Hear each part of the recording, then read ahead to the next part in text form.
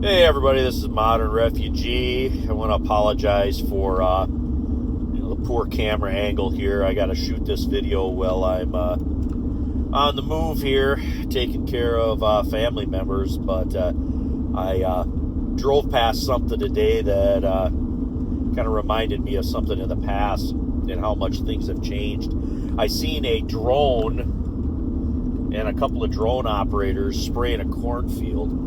And the drone was probably the size of a refrigerator, I would say. They had a big tank on the bottom of it. And they were spraying something over what looked to me like mature corn. And to think how much technology has changed in the last about 150 years. And I don't know if I've ever mentioned this in any of my videos, but I live in a region of Michigan that's called the Thumb. And the Thumb is in kind of the north central portion of Michigan's Lower Peninsula. If you look at the Lower Peninsula of Michigan, it looks like a mitten, and there's a pronounced area that looks like a thumb of the mitten. Well, the Thumb is known nowadays for agriculture. It's a completely,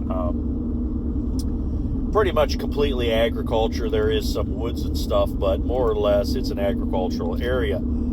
And there has been settlers in the Thumb since the 1840s, 1850s. That's when a lot of this was settled around here. And this kind of gets to my point, kind of the history and prepping of this video. Most preppers that I have talked to over the years had some event that changed their mindset, changed their way that they look at things. And because of that bad or tragic event, they've started what we call today prepping or preparing. And it was more of a lifestyle in the past than what it is now. Now a lot of people consider prepping a hobby. I personally still consider it a lifestyle. And we had people around here when we were growing up that instilled in their family and their friends and the people they knew, they kind of instilled that preparedness into us. I like to say preparedness is in my DNA because I was just brought up that way. I was brought up to can. I was brought up to cut wood for the wood stove. I was brought up to know what plants you use for what out in the woods. You know, I was brought up to know how to use a pocket knife, and I was brought up to know how to hunt and fish and trap and, you know, gather what's out there and plant and grow. All these things started at a very young age, and it goes back to, you know, a tragic event. I believe that a lot of it, I mean, a lot of the people that were really old timers, they could remember the refugees, and they could remember the problems that we had around here in the Thumb. And now here is the history lesson for you guys.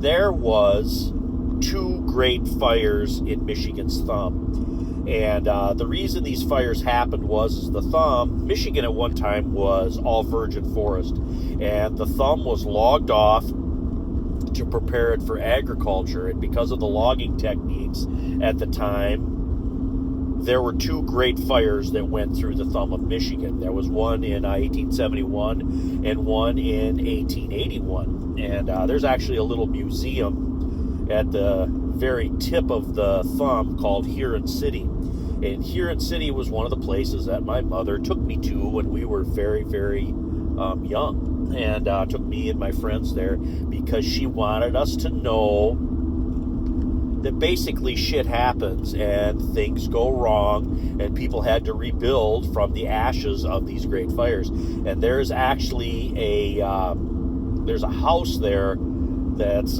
they keep up as a museum. But that was the third house that guy, and I believe his name, if I remember correctly, was Hubbard. He built two bigger houses, and both of them burned. The first one burned in 1871, and the second one burned in 1881. And the third house he built, he always said he built that house to burn. And it was smaller, and it wasn't as, you know, luxurious as the first two that burned down.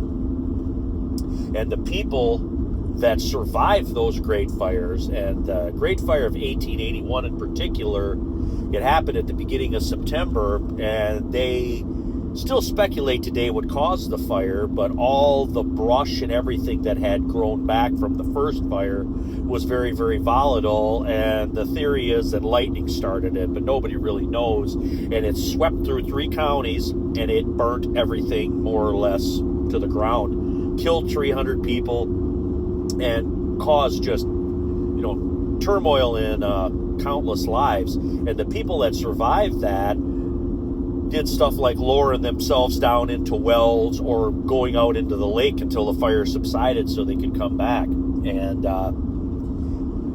it was the very first time that the Red Cross, Clara Barton's Red Cross, the same Red Cross that we know today, it was the very first time that the Red Cross was ever deployed. It had just been founded.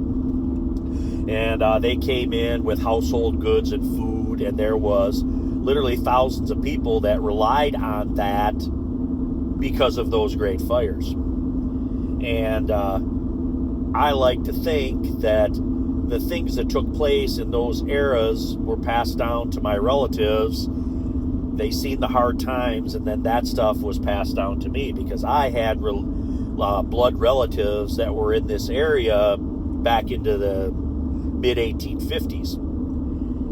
So they seen their share of tragedy. So if you guys have never heard of the Great Thumb Fire of 1881, you can go ahead and you can Google that. See how correct my recollections are here, what I'm telling you. But then there was another thing. A lot of the small towns around here generated their own electricity. And this was after World War II in particular. A lot of towns had their own power station. They had their own power company. They didn't rely on a greater, more centralized grid like we got today. And again, I think that comes back to that preparedness was in their DNA. They went and they took, positive action. They were proactive and saying, you know what, things can happen. All these people that came back from World War II, they had seen the Depression, they seen the destruction of World War II in Europe and in the Pacific, and they said, hey, we need to have some kind of redundancy here so we can take care of ourselves if bad things happen. And now the way technology is and the way people, everything is profit driven, a lot of that stuff cost a few dollars. And, people now, they don't want to spend that. They want to have, centralized everything and technology take control of everything. But people are starting to forget those tragedies of the past, except for small regional events that happen to people, people along the Gulf Coast that have hurricanes, people out in California that have earthquakes and wildfires and stuff. It's still in the forefront of their mind, but other people in other parts of the country that haven't seen those type of tragedies, they've forgotten that kind of stuff. And because they've forgotten it, their preparedness is slipping, and it's become kind of a fad thing to be a prepper. Well, it's not really a fad. It's a way to survive if things go wrong. If there's a bad blizzard and you can't get out for 2 weeks, if there's something that cuts the supply lines, like those great fires, I am positive that those great fires caused a lot of supply line issues in this part of Michigan, because everything, the roads and everything, were just starting to be built. The people that lived up here had to be self-sufficient. You didn't have that guarantee that the horse and wagon was going to bring, stuff down the trail, so you had it at your general store. And then if worse comes to worse, your general store burnt down, you had to rely what was in your pantry, in your root cellar, in your basement, out in your barn, your livestock. You had to depend on that. That stuff was your life. And things have changed a lot, but people need to keep, things have changed. You can still prepare, in this day and age, but people have got it out of it.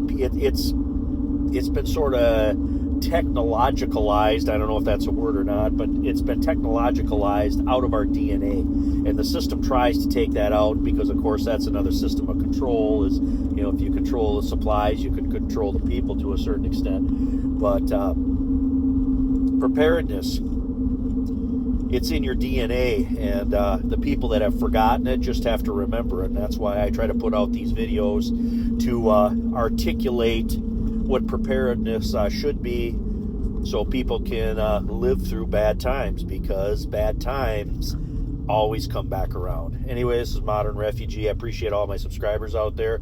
Hope this video wasn't too jumpy and noisy for you guys, but hope you got something out of it. Hope you enjoyed the little history lesson here. You guys have a good one.